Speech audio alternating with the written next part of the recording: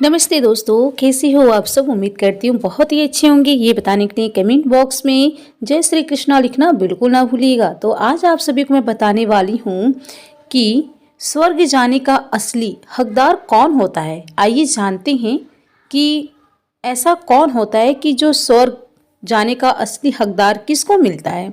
आखिर ऐसा कौन सा पुण्य है जो मनुष्य के करोड़ों पापों का नाश कर देता है, और वो कौन सा पाप है जो उसके करोड़ों पुण्य को नष्ट कर देता है। जय श्री कृष्ण दोस्तों, आज हम एक प्राचीन कथा के माध्यम से जानेंगे कि स्वर्ग जाने का असली हकदार कौन है और वो कौन सा पाप है जिसे करने वाले मनुष्य को नरक जाने से कोई नहीं रोक सकता। हम आपको यह बताने का प्रयास करेंगे कि पूजा पाठ, दान, धर्म, तप, जप तप आदि प्रकार के करोड़ों पुण्य के काम करने के बाद भी कुछ मनुष्य नरक में ही क्यों जाते हैं, तथा किस पुण्य के कारण अत्यधिक घोर पाप करने पर भी मनुष्यों को स्वर्ग की प्राप्ति होती है।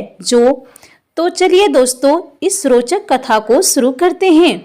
उससे पहले दोस्तों, यदि आप सब हमारे चैनल पे पहली बार आए हो तो प्लीज़ आप सभी से एक छोटी सी रिक्वेस्ट है कि वीडियो आगे बढ़ने से पहले प्लीज़ हमारे चैनल को सब्सक्राइब कर ले और एक लाइक पक्का कीजिए। आप सभी का एक लाइक मुझे बहुत ही हिम्मत और प्रेरणा दिलाती है, और मुझे ज़्यादा से ज़्यादा सपोर्ट कीजिए ताकि मैं आप लोग के लिए ऐसी एक नई नई कहानी लेकर के आ सकूं, और जिससे आप सब सुन करके और अपने आप को भी बदल सकते हैं। आइए सुनते हैं, इस रोचक कथा को शुरू करते हैं। भगवान विष्णु बैकुंठ धाम में देवी लक्ष्मी के साथ विश्राम कर रहे थे। देवी लक्ष्मी भगवान विष्णु के पैर दबा रही थी।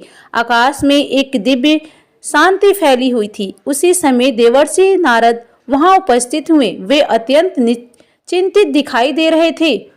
उनके चेहरे पर चिंता की रेखाएं थी। भगवान विष्णु ने उन्हें देखते ही कहा, आइए देवर्षि, बैकुंठ धाम में आपका स्वागत है।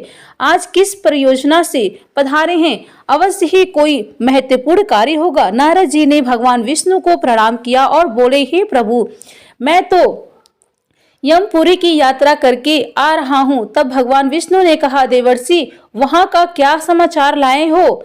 स्पष्ट कहो।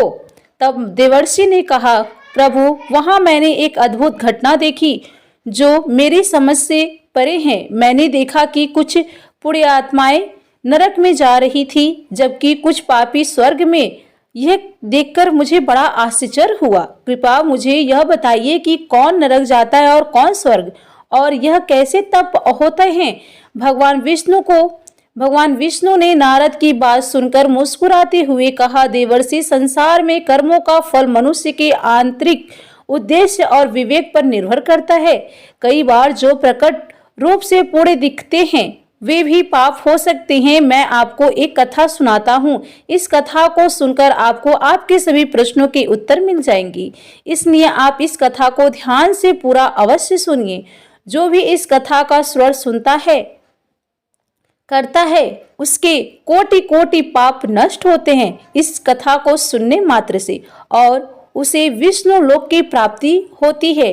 देवर्षि कहते हैं, हे प्रभु, आपके मुख में इस कथा को सुनना मेरा सौभाग्य है। मैं इस कथा को ध्यान से पूरा अवश्य सुनूंगा।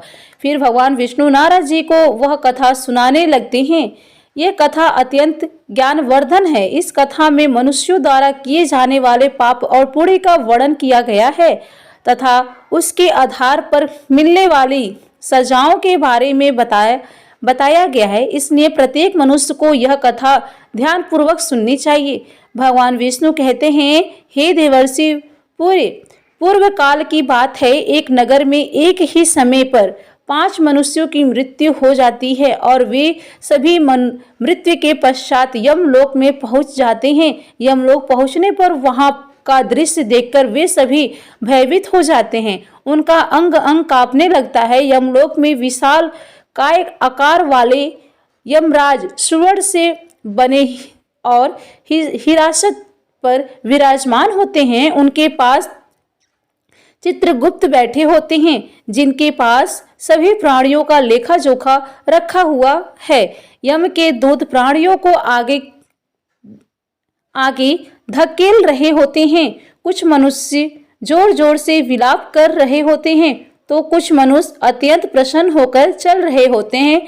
स्वर्ग के द्वार से सुंदर प्रकाश दिखाई पड़ रहा होता है, तो वहीं नरक के द्वार से धंधकती हुई अग्नि की ज्वालाएं दिखाई पड़ रही होती है।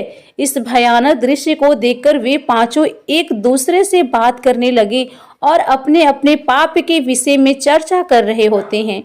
उन पांचों में से 4 लोगों ने अपने जीवन में बहुत पाप कर्म किए हुए होते हैं और उन सभी को यह जान पड़ता है कि वे चारों ही नरक में ही जाने वाले हैं।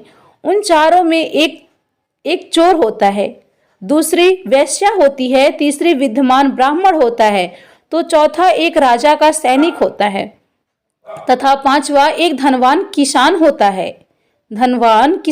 है। वे पांचों अपने अपने कर्म फलों को भुगतने के लिए तैयार होते हैं। फिर एक एक करके सभी पापी और पुण्य आत्माएं आगे चल रही होती है। वे चारों एक दूसरे के पाप कर्मों के बारे में बताने लगते हैं। सबसे पहले वो चोर बोलने लगता है कि उसकी आवाज कांप रही थी और उसके चेहरे पर गहरा पछतावा था। उसने गहरी सांस लेते हुए कहा, भाइयों, मेरा नाम हरिदास है। मैं जानता हूँ कि मैंने जीवन भर बहुत पाप किए हैं। मैंने दूसरों का धन चुराया, उन्हें तकलीफ दी और कभी कभी उनका जीवन भी बर्बाद किया। मैं जानता था कि जो मैं कर रहा हूँ वो गलत है, लेकिन मेरे पास कोई विकल्प नहीं था। परिवार भूखा था और मेरे पास कोई काम नहीं था और हर कोई मुझे दुत्कारता था। मैंने चोरी से जो धन पाया उससे मैंने अपने परिवार का पेट भरा, पर अब मुझे इस बात का पछतावा है कि मैंने कितने लोगों को दुख पहुंचाया। अब यमराज मुझे दंड देंगे। मुझे डर है कि मुझे नरक की यातनाएं झेलनी पड़ेगी। यह कहते हुए हरिदास की आंखों से आंसू बहने लगे, उसकी आवाज थरथराने लगी और उसका चेहरा अपराध बोध से भर गया। इसके बाद कामिनी, जो एक वेश्या थी, अपनी व्यथा व्यक्त करने लगी। उसकी आवाज में भी दर्द और ग्लानि भी थी। उसने गहरी उदासी के साथ कहा, मेरा नाम कामिनी है। मैं जानती हूँ कि शास्त्रों के अनुसार जो स्त्री कई पुरुषों से संबंध बनाती है उसे नरक में भेजा जाता है, लेकिन मैंने यह सब जानबूझकर नहीं किया। जब मैं छोटी थी तब दुष्ट व्यक्ति ने मुझे जबरदस्ती उठाकर वेश्या बना दिया। मेरी इच्छा नहीं थी कि मैं यह जीवन जीऊं। मैं चाहती थी कि मैं एक सम्मानजनक जीवन जीती, लेकिन मेरे पास कोई रास्ता नहीं था। मैंने ना चाहते हुए भी वो सब सहा जो मेरे साथ हुआ। अब मुझे नहीं पता कि मेरे इन पापों का क्या होगा। मुझे यह भी नहीं पता कि अगले जन्म में मुझे किस रूप में जन्म लेना पड़ेगा। मैं नरक जाने के लिए तैयार हूँ, क्योंकि मैंने जो कुछ किया उसकी कोई माफी नहीं हो सकती। कामनी की आंखों से आंसू बहने लगे। उसकी आत्मा में गहरा दर्द था, मानो वह अपने पूरे जीवन का भार अपने कंधों पर महसूस कर रही हो। उसकी आंखों से वह पीड़ा छलक रही थी। उसने अपने सालों तक छुपाए रखा था। फिर सूर्य केतु, जो राजा का सैनिक था, उसने बोलना शुरू किया। उसकी आवाज भारी और उदास थी, मानो उसे अपने जीवन के पापों का एहसास हो रहा हो। उसने दुख भरे स्वर में कहा, भाई, मेरा नाम सूर्य केतु है। हम चारों में सबसे बड़ा पापी तो मैं ही हूँ। मैंने बहुत बड़े पाप किए हैं। मैंने राजा का सिपाही था, इसलिए मैं लोगों पर जोर जबरदस्ती करता था। मैंने कितनों के प्राण लिए हैं। ना जाने कितने मासूम लोगों को सताया है। ना जाने कितने निर्दोष लोगों को मेरे हाथ से दंड मिला है। यमराज मुझे कभी क्षमा नहीं करेंगे और मैं निश्चित ही नरक में ही जाऊंगा। इसलिए, लेकिन मैंने यह सभी पाप जानबूझकर नहीं किए हैं। अपने प्राणों के भय से और परिवार के पालन पोषण के लिए मुझे यह पाप करने पड़े हैं। हमारा राजा जो कहता था उसका पालन हमें करना पड़ता था। राजा के विरुद्ध भला कोई साधारण मनुष्य कैसे जा सकता है। ये सभी पाप करते हुए मुझे अत्यंत दुख भी होता था और मैं जानता था कि यह पाप करने से मुझे नरक की ही प्राप्ति होगी, किंतु परिवार के मोहवश होकर मैंने यह काम किया। लेकिन पाप तो पाप होता है। पाप करके पछताने करने का क्या फायदा, इसलिए मेरा नरक में जाना तो तय है। इसके बाद वो विद्वान पंडित बोलता है, भाई हम चारों में से सबसे बड़ा पापी तो मैं ही हूँ। तुम लोगों ने जो पाप किए हैं वे जाने जाने अनजाने में किए हैं, या किसी ने तुमसे जबरदस्ती कराया है, या फिर मजबूरी है किए हैं। किंतु मैं तो विद्वान था, मैं सब सत्य असत्य जानता था, मुझे सच और झूठ का ज्ञान था, लेकिन फिर भी मैंने धन के लोभ वश यह पाप किए हैं। शास्त्र कहते हैं कि जो सब कुछ जानकर भी पाप करता है वो निश्चित ही नरक में गिरता है। मैंने अपने ज्ञान का दुरुपयोग किया है। मैंने अपने ज्ञान का उपयोग लोगों की सहायता के लिए नहीं, बल्कि धन को कमाने के लिए किया है। मेरे घर की परिस्थिति अत्यंत गरीब थी। मेरे पिता भिक्षा मांगकर गुजारा करते थे, लेकिन मैंने अपने घर की गरीबी को दूर करने के लिए धन लेकर ज्ञान देने की चेष्टा की है। शास्त्र कहते हैं कि जो विद्वान ब्राह्मण अपने ज्ञान का दुरुपयोग करता है उसे निश्चित ही नरक में जाना पड़ता है। मैंने लोगों को ज्ञान देने के बदले में उससे धन लिया है, कभी किसी को मुफ्त में ज्ञान नहीं दिया। इसलिए आप चारों में से सबसे बड़ा पापी तो मैं ही हूँ और मुझे ही नरक में जाना पड़ेगा। उसके चेहरे पर पछतावा की गहरी लकीरें साफ दिखाई दे रही थी। उसकी आंखों से आंसू थे और उसका सिर शर्म से झुका हुआ था। वह अपनी आत्मा के बोझ से टूट चुका था। इन चारों की बात सुनकर जो एक घमंडी किसान था हंसने लगा। उसके चेहरे पर घमंड और अहंकार साफ दिखाई दे रहा था। उसने ताने मारते हुए कहा, तुम चारों तो इतने बड़े पापी हो कि तुम लोगों को नरक में जाना पड़ेगा। तुम लोगों ने घोर पाप किए हैं और इसलिए यमराज तुम लोगों को कभी माफ नहीं करेंगे। यहाँ पर मौजूद मैं अकेला ही सबसे अधिक पुण्यवान हूँ। मैंने अपने जीवन में बहुत पूजा पाठ किया है, ब्राह्मणों को दान दक्षिणा दी है। मैंने मृत्यु से पूर्व गाय का दान भी किया है और अब मेरे सभी पुत्र पौत्र मेरी आत्मा की मुक्ति के लिए बड़े कार्यक्रम का आयोजन कर रहे हैं। वे मेरे लिए श्रद्धा दान तर्पण कर रहे हैं, यज्ञ कर रहे हैं, इसलिए मैं सबसे अधिक पुण्यवान हूँ। मेरी तीन पत्नियां और 10 पुत्र हैं। इतने लोगों मेरी मुक्ति के लिए उपाय कर रहे हैं और वहाँ मैंने अपने जीवन में कभी कोई पाप नहीं किया है और जाने अनजाने में किए भी होंगे तो मेरे पुत्रों के श्राद्ध आदि के कार्यों द्वारा मेरे पाप भी नष्ट हो जाएंगे। मैं नित्य देव पूजा करता था, मंदिर जाता था, घर आए अतिथियों को भोजन कराता था, इसलिए मुझे पूरा विश्वास है कि यमराज मुझे नरक में नहीं डालेंगे और मुझे मोक्ष की प्राप्ति निश्चित ही होगी। फिर वे पांचों धीरे धीरे आगे बढ़ने लगे और फिर जब उनका समय आता है तो उन पांचों के पाप और पुण्य के कर्मों का मूल्यांकन किया जाता है। सबसे पहले बारी आती है उस चोर की जिसका नाम हरिदास था। हरिदास का हिसाब किया गया।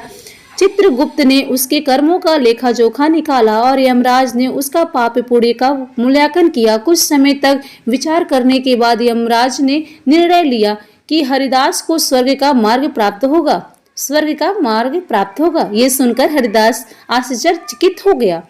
उसकी आंखों में को विश्वास नहीं हो रहा था कि उसे स्वर्ग में स्थान मिलेगा। वो प्रसन्नता से स्वर्ग के द्वार की ओर बढ़ गया। इसके बाद कामनी की बारी आई। चित्रगुप्त ने उसके कर्मों का लेखा जोखा निकाला और यमराज ने उसके पाप पुण्य का मूल्यांकन किया और कुछ देर तक विचार करने के बाद उसके पाप पुण्य का मूल्यांकन करके यमराज उसे भी स्वर्ग में जाने के लिए कहते हैं। यह सुनकर कामनी की आंखों से आंसू आ गए। उसे यकीन ही नहीं हो रहा था कि उसकी इतनी बड़ी गलती के बाद भी उसे स्वर्ग में स्थान मिलेगा। वो आभार से भरी हुई बिना कुछ कहे स्वर्ग के द्वार की ओर चल पड़ी। फिर तीसरी बारी आती है उस सिपाही की जिसका नाम सूर्यकेतु था। चित्रगुप्त ने उसके भी कर्मों का हिसाब किया और यमराज ने उसका पाप पुण्य का मूल्यांकन किया। कुछ देर विचार करने के बाद यमराज ने उसे भी स्वर्ग में भेजने का आदेश दिया। सूर्यकेतु के चेहरे पर एक मिश्रित भाव था, पछतावा और प्रसन्नता। उसने अपने जीवन में किए गए पापों का दुख महसूस किया, परंतु वो भी प्रसन्नता के साथ स्वर्ग की ओर चल पड़ा। फिर चौथी बारी आती है उस विद्वान ब्राह्मण की जिसका नाम वाचस्पति था। चित्रगुप्त उस ब्राह्मण के कर्मों का लेखा जोखा निकालते हैं और कुछ देर तक विचार करते हैं। फिर यमराज उस ब्राह्मण को भी स्वर्ग में जाने के लिए कहते हैं। फिर वह विद्यमान ब्राह्मण विचार करता है कि मैंने तो पाप किया है, फिर मुझे स्वर्ग में भेजे जा रहे हैं।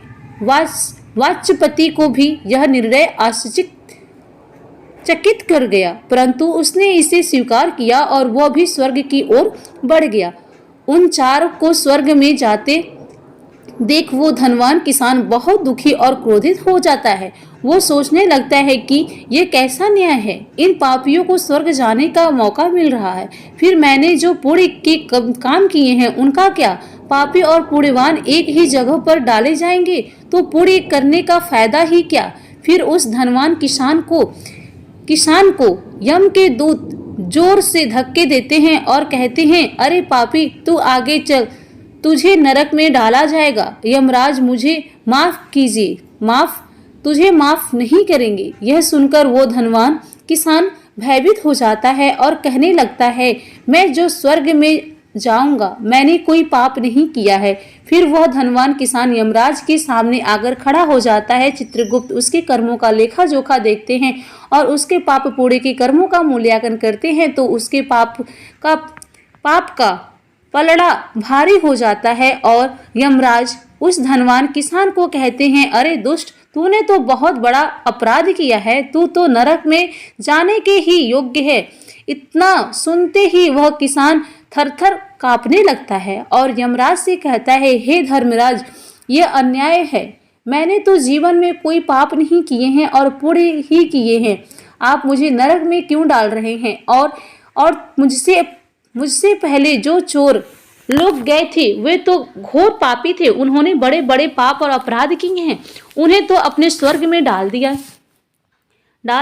आप ऐसा अन्याय मेरे साथ क्यों कर रहे हैं? अगर ऐसा अन्याय होगा तो भले कौन सा मनुष्य धरती पर पुण्य करेगा? फिर यमराज कहते हैं, अरे पापी, तूने जो पाप किया है वो तो उन चारों के पापों के सामने कुछ भी नहीं है। तेरे एक पाप के कारण तेरा सारा पुण्य फल नष्ट हो गया है।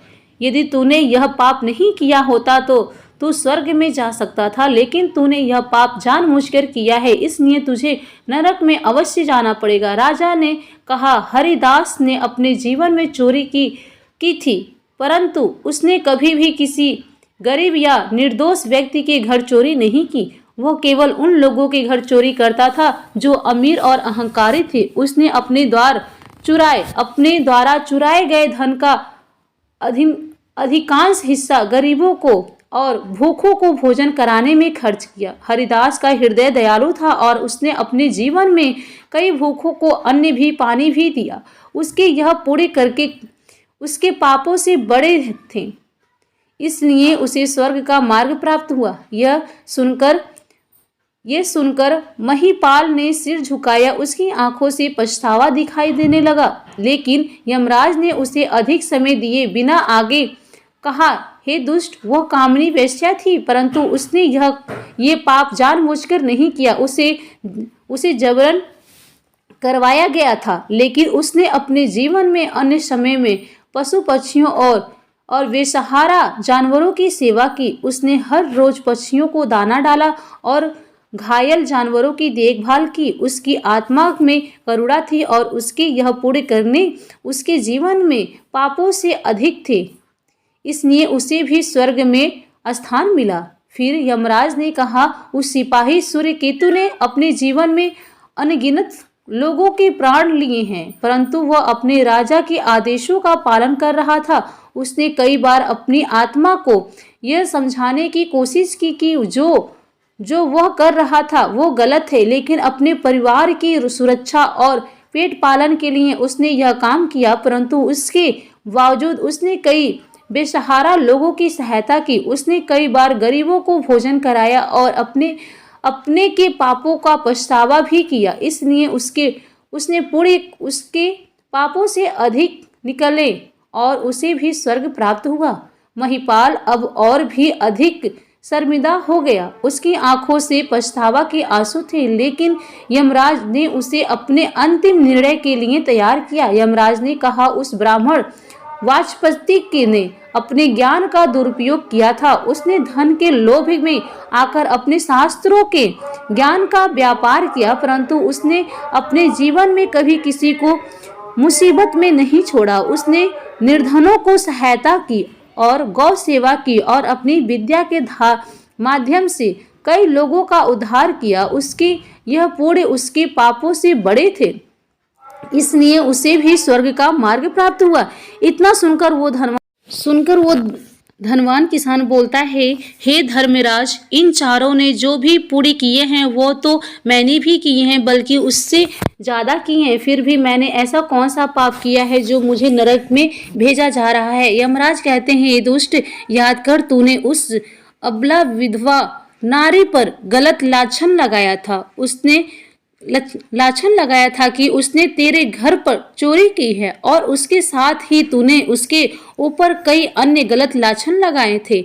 उसे व्यभिचारिणी और वेश्या कहकर उसके चरित्र का हरण किया है, और राजा ने उसे सच समझकर उस अबला विधवा नारी को मृत्यु दंड दे दिया था। महिपाल, तुमने जीवन में कई पुण्य किए, परंतु एक पाप की तुम्हारे सभी पुण्य को नष्ट कर दिया। तुम्हारे झूठे आरोप ने उस निर्दोष स्त्री की जान ले ली। वो तुम्हारे सारे पुण्य का विनाश बना। मनुष्य के पुण्य और पाप दोनों ही उसके कर्मों का फल होते हैं, लेकिन दूसरों पर झूठे आरोप लगाने का पाप सबसे बड़ा होता है और इसका प्रायश्चित नहीं हो सकता, इसलिए तुम्हें नरक जाना होगा। महिपाल अब भयभीत हो गया। उसने कांपते हुए कहा, परंतु मैंने ऐसा जानबूझकर नहीं किया था। मुझे नहीं पता था कि मेरे इस आरोप से उसकी मृत्यु हो जाएगी। मैं केवल अपने धन की रक्षा कर रहा था। यमराज कहते हैं, हे पापी मनुष्य, ब्रह्म हत्या, चोरी, मदिरापान आदि प्रकार के घोर पापों से भी प्रायश्चित करके मृत्यु हो सकता है, किंतु दूसरों पर गलत लाछन लगाने पर कोई प्रायश्चित नहीं है। जो दूसरों पर गलत प्रायश्चित लगाता है उसको कभी भी माफी नहीं दी जाती, कभी भी उसकी क्षमा नहीं होती है। इसलिए तुमने गलत किया है। दूसरों पर गलत आरोप है। सत्य जानकर भी दूसरों को झूठ कहकर उसके ऊपर दोष लगाता है, वो तो सबसे बड़ा पापी है। उसके द्वारा किए गए सभी पुण्य नष्ट हो जाते हैं। इसलिए तूने जितने भी पुण्य किए हैं वे सभी उस एक पाप के कारण नष्ट हो गए हैं। महिपाल की आंखों से आंसू बहने लगे। उसकी आवाज कांप रही थी जब उसने कहा, हे धर्मराज, मैंने अपने जीवन में अनेकों दान किए हैं, देवताओं की पूजा की, ब्राह्मणों की सेवा की, परंतु